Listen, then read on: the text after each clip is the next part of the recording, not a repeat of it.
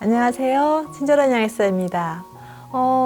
이 시간에는 제가 갑상선 환자분 치료했던 그 개선 사례에 대한 말씀을 좀 드리려고 해요. 오늘 굉장히 기분 좋은 전화를 제가 받아서 여러분들하고 같이 공유해보고 싶어서 이 자리를 마련했거든요.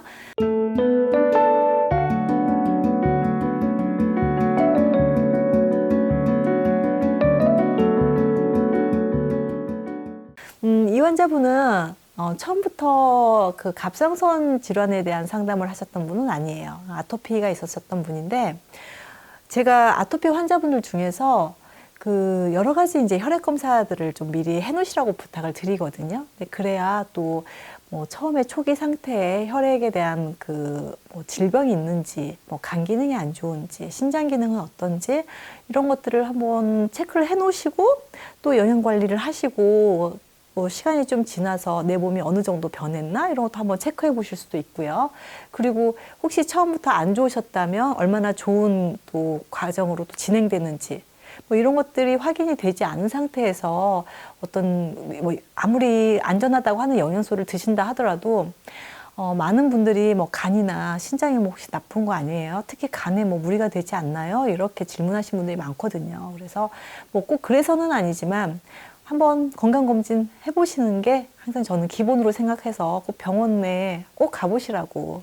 그래서 좀 객관적인 자료를 가지고 오시면은 제가 좀 상담드리기 더 편하고, 그러다 보니까 아토피 환자분들이 이제 그런 검사를 하는 과정에서 제가 꼭 추천해드리는 검사 중에 하나가 갑상선 기능 검사예요. 갑상선 호르몬, 그 갑상선 자극 호르몬 검사를 통해서 갑상선에는 혹시 문제가 없을까라고 한번 체크를 해보는 건데, 우리 그 아토피나 천식이나 이런 면역 질환을 가지고 계신 분들이 갑상선 질환도 함께 가지고 있는 경우가 종종 있더라는 거예요.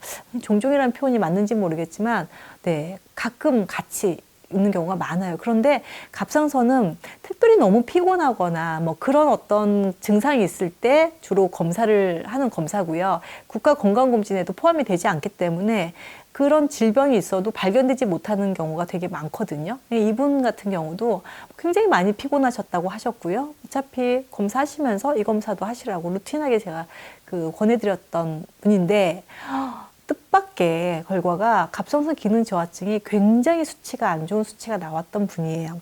예를 들면 우리가 보통 갑상선 기능 저하증이다 그러면 우리 몸에서 만들어지는 이 갑상샘에서 만들어지는 호르몬 수치가 낮았을 때 기능 저하라는 표현을 쓰거든요. 근데 실제로 이걸 진단하는 기준을 보면 갑상선 호르몬이라고 하는 처음 만들어지는 걸 T4라고 하거든요. 프리T4라고 하는데, 그 수치가 낮지 않아도 기능 저하로 진단을 하는 경우는 뭐냐면 뇌에서 나오는 갑상선 자극 호르몬이 높았을 때 이 진단을 하기도 합니다. 그래서 정상적인 T4를 가지고 있는 분들도 신지로이드를 드시는 경우도 많아요.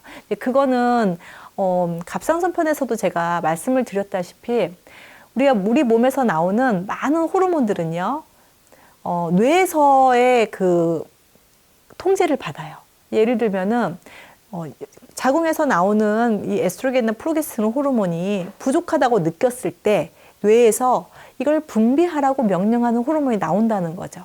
그러면 정상적인 시스템에선 뭐냐면, 내가 지금 한번 분비를 하라고 명령을 내릴 때 명령을 한 번만 내려도 자궁에서 잘 만들어주면 돼요, 난소에서. 그러면 문제가 없는 거예요. 그런데 어떤 경우는 자꾸 만들으라고 한 번 말하고 몇 번을 말을 해도 겨우 만들어낸다면 이거는 문제가 있는 거죠. 네, 그 갑상선도 마찬가지입니다. 정상적으로 한 번만 분비돼서, 그래서 TSH의 정상 범위를 보면 한 0.27에서 4.2, 이게 기관마다 조금씩 다르긴 한데 보편적으로 그렇게 되어 있는데, 아주 보편적으로 건강한 상태를 보면 1에서 2 사이, 한 1.5 정도를 봤을 때 가장 건강한 상태인 걸로 저는 임상적으로 제가 판단을 하고 있어요.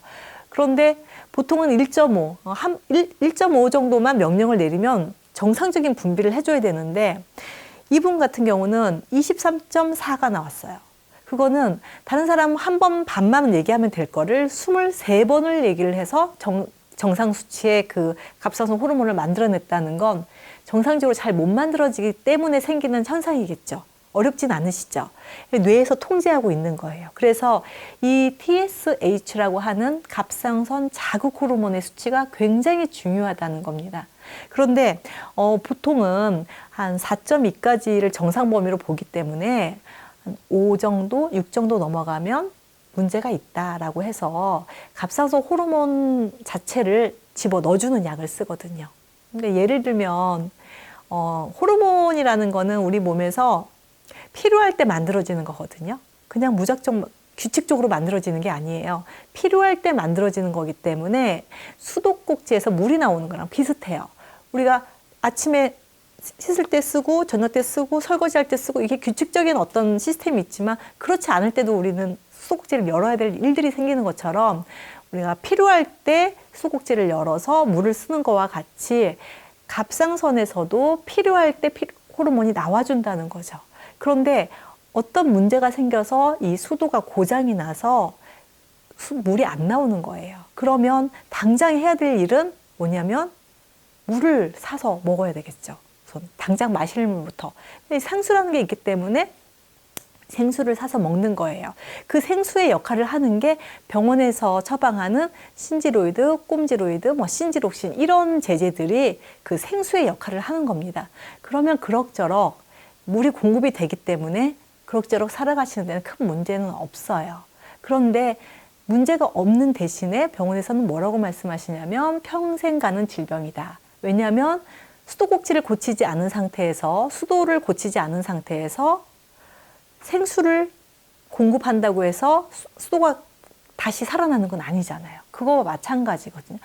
제가 말씀드리는 건 이 수도에서 물이 나올 수 있도록 고쳐보자. 분명히 고장난 데는 이유가 있을 거니까 그 이유에 대한 설명을 제가 갑상선 편에서 말씀을 드렸으니까요. 그 편을 좀 참고를 해주시고요. 생수 공급을 계속해서 이제 살아야 된다고 생각을 하셔서 이분도 굉장히 낙담을 하셨고 만성 피로에 시달리고 계셨고요. 그랬는데 아토피도 자가 면역 질환, 그러니까 알러지 항체, 그게 진먼지가 됐든 환경적인 음식이 됐든 이런 알러지 항체를 많이 가지고 있어서 피부에서 염증이 생기는 질환이고요. 갑상선 같은 경우도 갑상선 자체를 파괴시키는 항체가 있는 거예요. 이분이 그래서 이 검사 결과가 나왔길래 제가 병원에 가셔서 갑상선을 파괴하는 항체 검사를 하시라고 말씀을 드렸어요. 그래서 검사를 했더니 양성 반응이 나왔습니다. 그래서 항체가 있는 것도 확인을 했고요. 그러면 이분은 확실히 자가 면역 질환이겠죠. 이분이 가지고 있는 갑상선 기능 저하증은요. 그래서 치료를 하기 시작했는데 아토피 치료와 갑상선 치료의 개념이 같기 때문에 결국은 면역 이상으로 과잉 항체를 만들어내는 거잖아요. 제가 괴물로 표현을 많이 해드렸는데 그 괴물이 무기를 만들어내는 거를 아주 잘하는 거예요. 괴물도 문제지만 무기를 정말 잘 만들어내요. 그 무기를 가지고 피부를 공격하는 것뿐만 아니라 이분한테는 또 어디를 공격했냐면요. 특수한 무기를 만들어서 갑상선을 공격하는 무기까지 만들어낸 상태였던 거예요. 그래서 이렇게 그러면 그 괴물의 사이즈를 줄이고 그리고 그 괴물의 위력을 줄이고 그리고 항체를 만들어내는 기전만 우리 몸에서 정상적으로 돌아갈 수만 있다면 아토피도 좋아질 것이고 갑상선도 당연히 좋아질 수밖에 없습니다. 그런 논리거든요. 이분은 한 가지 치료로 두 가지를 같이 해내실 수 있는 부분이에요. 알러지에 대한 부분도 많이 개선이 되셨고요. 지금은 거의 좋아졌는데 샤워를 하시고 나서 따뜻한 물 샤워하시면 살짝 가렵다가 또 괜찮아져서 이렇게 사진으로 찍어서 환부가 보인다거나 그런 일은 전혀 없는 상태로 많이 좋아진 상태인데 중요한 거는 이 갑상선 같은 경우는 수치로 우리가 치료가 됐는지 안 됐는지를 확인하실 수가 있는 거거든요. 처음에 검사하셨을 때 TSH가 23.44가 나왔었어요. 그리고 나서 2달 후에 제가 검사 한번 다시 해보세요 라고 말씀을 드리면서 그때 자가항체가 있는지도 검사를 하셨는데 자가항체는 아까 양성반응 나왔다고 말씀드렸고요. 2달 후에 아주 획기적으로 5.46이라는 수치가 나온 거예요. 물론 5.46도 정상 범위는 아니지만 뇌에서 나오는 명령하는 호르몬이 23번을 때렸다면 지금은 5.4회만 두들기고 명령을 내리면 갑상선에서 호르몬을 만들어내고 있다는 거죠. 그러면 정말 많이 좋아진 거죠. 그리고 또 2달이 또 흘렀습니다. 그리고 나서 TSH가 2.06이 나왔어요. 2.06이라는 수치는요, 사실은 굉장히 그냥 정상 범위예요. 우리가 혈액 검사를 봤을 때 정상 범위가 이렇게 있잖아요. 그러면 정상 범위 속에서도 이쪽으로 넘어가면 조금 안 좋은 상태, 아래쪽으로 갈수록 좋은 상태, 위쪽으로 가면 안 좋은 상태도 있을 수 있고 그 반대도 있을 수 있거든요. 그런데 2.06은 굉장히 정상적인 상태고요. 지금 제가 오늘 기분이 좋다고 말씀을 드렸던 거는 그리고 나서 검사를 하지 않으셨고요. 6개월 이상이 진행이 됐고요. 그 이후에 지금 오늘 검사 결과를 보내주셨는데 1.46에서 유지를 하고 계시는 거예요. 이분은 진단 받으시고 나서 병원에서 신지로이드나 처방을 받으셨어야 되는 분인데 우선은 일단은 약을 먹기 전에 한번 영양치료를 해보면서 중간에 안 좋으면 이제 다시 먹겠다고 이렇게 생각을 하셔가지고 사실은 약을 드시지 않으신 분이에요. 그런데 약을 드시지 않은 상태에서 이런 수치까지 정상적으로 왔고 프리티포, 그러니까 실제로 만들어지는 갑상선 호르몬도 정상 범위, 그리고 T3 전환체가 중요하거든요. 이게 활성형으로 바뀌는 그 수치도 정상 범위로 나왔다는 겁니다. 그래서 다른 수치들도 조금 약간 그 대사가 좋지 않은 부분들이 여러 가지가 있었어요. 그런데 그런 부분들은 이번 검사에서는 세밀하게 하시진 않으셨더라고요. 갑상선만 좀 세밀하게 하셔서 보내주셨는데 굉장히 좋은 결과다. 그리고 우리가 갑상선을 앓고 계시는 분들이 사실은 근본적인 치료를 접근하는 빈도가 굉장히 낮은 편이에요. 아토피하고 천식하고 좀 다르더라고요.